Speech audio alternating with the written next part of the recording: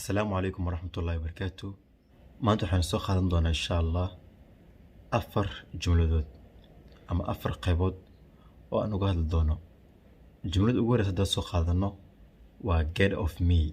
Get off me yani waxaa loola jeedaa iga foq. For example oo kale qof baa kugu dhegay waxaad rabtaa inaad English ku dhahdo iga foq, waxaa leedahay get off me, iga foq ayaa leedahay. Jumlada xigta waa leave me alone. Leave me alone, iga tag keligeyga ama keligey iga tag.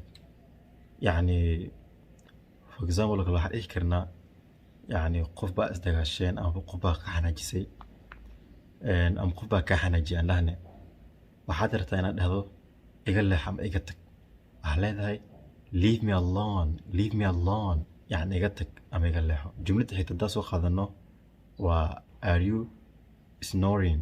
Are you snoring haddaanan qaldayn dhawaaqa yani waxaa loo adeegsadaa qof yani markuu hurdo, waxaa leedahay hadduu qofkaas uu yahay qof yani uu quurinayo, waxaa leedahay are you snoring, adiga yani miyaad quurinaysaa, adiga miyaad quurinaysaa ama quuro hadba yani saa u taqaano.